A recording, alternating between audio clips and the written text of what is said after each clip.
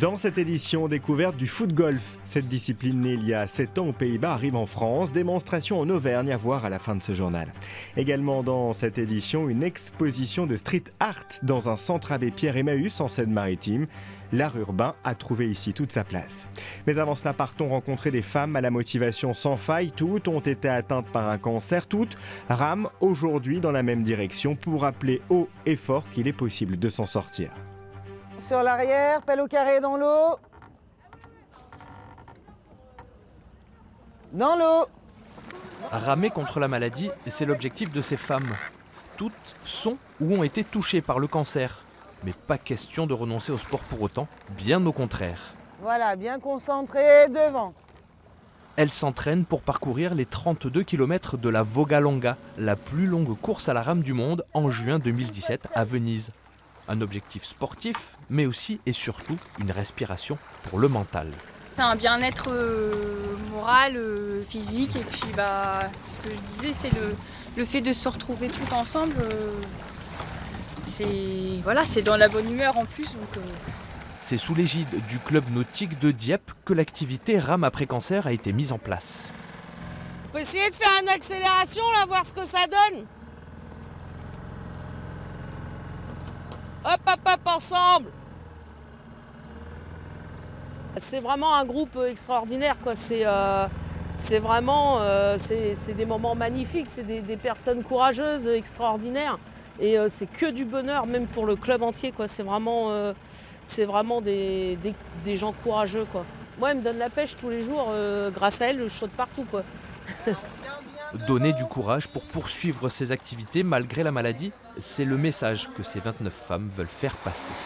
Pour montrer aussi aux gens qui ont le cancer, qui font des cancers, que malgré la maladie, on peut encore faire des choses bien, avoir des projets comme nous, on a le projet de Venise, ça nous fait beaucoup de bien.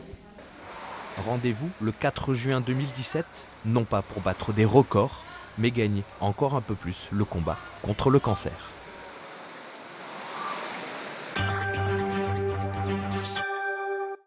Découvrons à présent une exposition consacrée au street art et organisée au centre Abbé Pierre Emmaüs à Estéville en Seine-Maritime. Cette culture du graffiti et de l'art urbain évolue en adéquation avec l'univers d'Emmaüs, celui de la ville, des murs, du bitume. À voir jusqu'au 15 décembre. Suivez le guide. Avec eux, l'abbé Pierre envoie de toutes les couleurs. Pareil pour les voitures et les locaux de l'association. Les artistes sont là, et bien là, les artistes de la rue. Parfois, des artistes se sont proposés spontanément en disant « Tiens, il y a un super mur dans la communauté, nous on aime bien Emmaüs, est-ce qu'on peut faire une œuvre ?» Parfois, ce sont des responsables de communauté qui ont connu un artiste, qui se sont dit « Tiens, ça serait sympa qu'on ait un abbé Pierre un peu relooké, revu, avec un regard neuf. » C'est sûr, l'ancien résistant n'aurait pas renié l'initiative. Cette expo de street art à 2 pas de sa chambre à Estéville, cela a du sens. Le street art, c'est la rue, évidemment, et comme chacun sait, une partie du public accueilli à Emmaüs, c'est un public qui vient de la rue. Donc les artistes sont très contents et sont très à l'aise dans le milieu des communautés où ils travaillent avec les compagnons.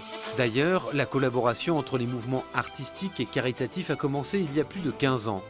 Alors l'exposition la raconte, mais laisse une jolie place au street art actuel et à sa version plus engagée. Un peu plus loin, il y a même une boutique éphémère, et Gérard, acheteur résolu. Ici, il trouve des pépites, des œuvres d'artistes pas encore argentées et gâtées par les collectionneurs. Il y en a pour lesquels ça marche, qui se sont inscrits dans le business international et qui effectivement ça flambe, mais le plus grand nombre est toujours dans la rue, et le plus grand nombre travaille la nuit, et le plus grand nombre fait encore la course pour ne pas être chopé quand ils arrivent, quand la police arrive ou quand des propriétaires arrivent, quand ils sont en train de travailler à l'extérieur. Gérard en était à son 5e achat depuis l'installation de la boutique. Venu à notre demande, il est finalement reparti avec une 6e pièce. La valise a été récupérée par des compagnons, elle a été décorée par des artistes au profit de l'association. Refermons cette édition avec du football et du golf. Cela s'appelle le foot-golf et séduit de nombreux amateurs. Créée en 2009 aux Pays-Bas, cette discipline arrive en France. Un golf auvergnat a adapté son parcours. Des footballeurs sur un terrain de golf. Non, ils ne se sont pas perdus. Ils sont venus jouer au foot-golf.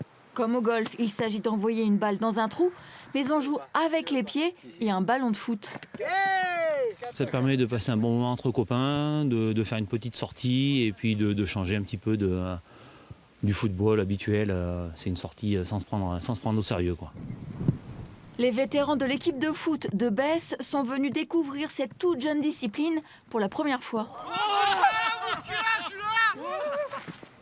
Disons que chez nous, vous savez, on réfléchit pas beaucoup dans le foot. Et là Faut réfléchir un petit peu plus. C'est compliqué quand même. C'est pas du foot. Donc, faut s'adapter au terrain, au vent.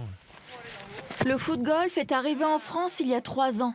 En Auvergne, jusqu'au printemps dernier, il n'existait aucune structure pour le pratiquer.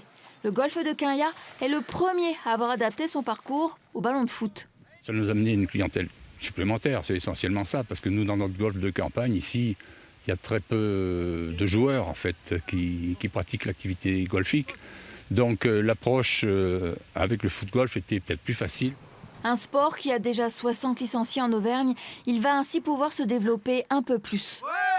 Ça peut montrer aux collectivités ou aux autres golfs que cette activité peut être pérenne sur un golf, attire un nouveau public. À terme, le but est d'installer le foot-golf jusque dans les villes. Ce sport peut se pratiquer partout, pas seulement sur un parcours de golf. Les parcs urbains sont aussi de parfaits terrains de jeu.